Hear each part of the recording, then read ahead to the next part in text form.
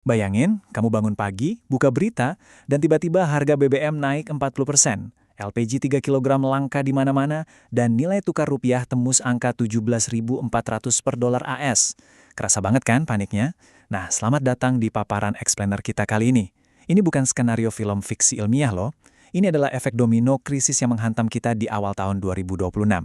Dan percaya nggak percaya, semua kekacauan ini berawal dari satu titik sempit aja di peta dunia. Pertanyaannya sekarang, apa sih pemicu utama yang bikin guncangan harga energi segila ini?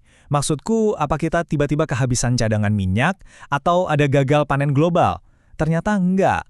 Akar dari krisis raksasa ini bermula dari satu leher botol geografis yang mungkin jarang banget kita perhatikan di kehidupan sehari-hari. Jawabannya ada di angka ini. 33 km. Kelihatan kecil banget kan? Jarak ini tuh bahkan lebih pendek dari jalan tol Jakarta-Bogor. Tapi jangan salah, jarak yang super pendek inilah yang sukses bikin seluruh pasar keuangan dunia nahan napas dan panik luar biasa. Area perairan sempit inilah yang sering banget dijuluki sebagai titik nadi energi dunia. Kita lagi ngomongin Selat Hormuz. Selat ini posisinya diapit sama Iran di satu sisi dan Oman serta Uni Emirat Arab di sisi lainnya. Ini bukan sekedar perairan biasa buat kapal lewat. Ini benar-benar urat nadi ekonomi global. Siapapun yang bisa ngontrol atau bahkan nutup jalur ini, ibaratnya dia lagi megang tombol pemutus arus buat stabilitas ekonomi seluruh umat manusia. Kalau kamu tanya seberapa pentingnya selat ini, angka ini ngejelasin semuanya. 20%. Ya, 20 juta barel minyak atau 1/5 dari total konsumsi minyak dunia setiap harinya itu wajib lewat sini. Dan bukan cuma minyak, 1/5 dari pasokan gas alam cair atau LNG global juga sepenuhnya bergantung sama rute yang super sempit ini. Nah, mungkin kamu mikir, kan pasti ada jalur alternatif dong pakai pipa darat? Ini dia masalahnya. Ibarat jalan tol satu-satunya menuju kota besar yang muat 20 juta mobil tiba-tiba ditutup.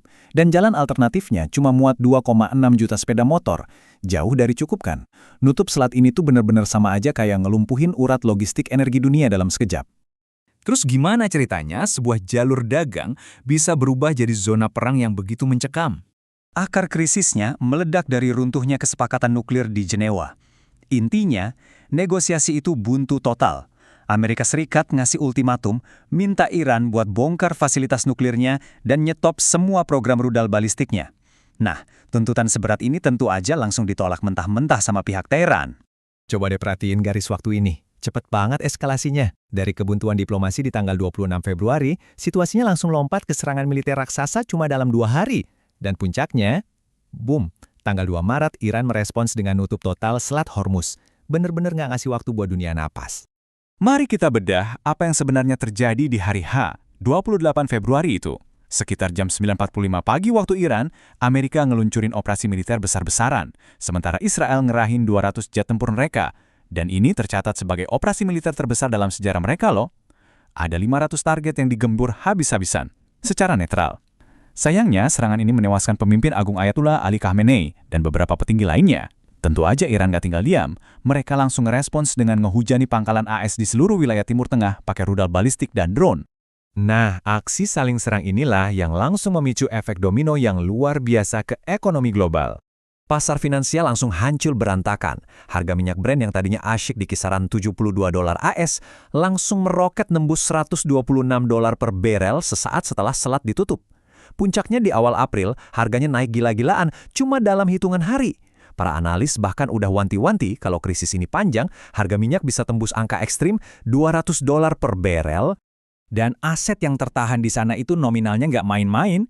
Bukan cuma 20 juta barel minyak yang amblas dari pasaran tiap harinya, tapi 90 juta ton LNG per tahun dan nilai perdagangan sampai $600 miliar mendadak tercekik total di satu selat ini. Bayangin betapa pusingnya negara-negara maju yang bergantung pada energi ini.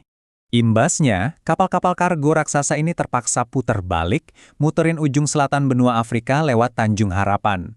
Ongkos kirim logistik dan asuransi otomatis terbang ke langit. Di saat yang sama, lalu lintas maritim global langsung bergeser cari aman ke Selat Malaka. Ini otomatis ngasih beban diplomatik dan tekanan pengamanan yang gede banget buat Indonesia dan Malaysia. Sekarang, masuk ke pertanyaan yang paling relevan buat kita. Apa sih dampak langsungnya buat isi dompet kita di Indonesia? Karena negara kita ini adalah importir neto minyak, dampaknya sangat fatal. Hitungan kasarnya gini, Tiap kali harga minyak dunia naik $1 aja, defisit APBN kita itu nambah sekitar 6,8 triliun rupiah. Nah, kalau skenarionya ekstrim, defisit ini bisa bengkak sampai lewat dari 200 triliun rupiah. Belum lagi, cadangan BBM kita diperkirakan cuma tahan buat sekitar 3 mingguan, yang jelas memicu kepanikan dan ancaman kelangkaan parah buat suplai LPG 3 kilo dari Timur Tengah. Kepanikan ini kelihatan jelas di nilai tukar rupiah. Angka 16.779 ini emang udah tinggi, tapi investor asing yang panik bawa lari modalnya sempat bikin rupiah kita anjlok lebih parah lagi, sampai level 17.400 per dolar AS. Dan asal kamu tahu, setiap rupiah melemah 100 perak aja, beban belanja negara kita otomatis membengkak sekitar 6,1 triliun rupiah. Bener-bener mencekik kan? Tapi tunggu dulu, jangan keburu pesimis. Di tengah semua kekacauan ini, proses diplomasi dan harapan buat damai itu selalu diupayakan. Sekitar akhir Maret, Pakistan akhirnya maju jadi mediator resmi. Kenapa harus Pakistan? Karena posisi strategis mereka tuh unik banget. Mereka berbatasan darat sama Iran dan punya kedekatan kultural.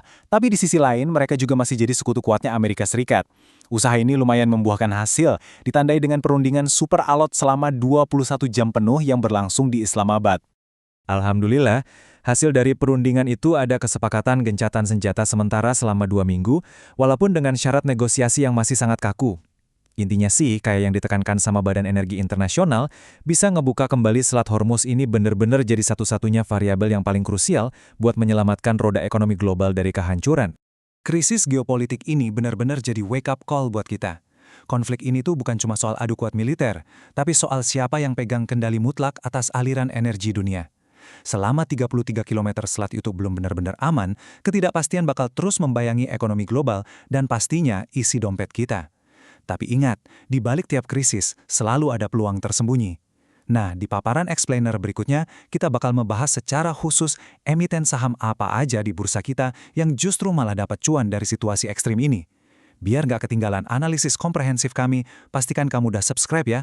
Terima kasih sudah menonton dan sampai jumpa.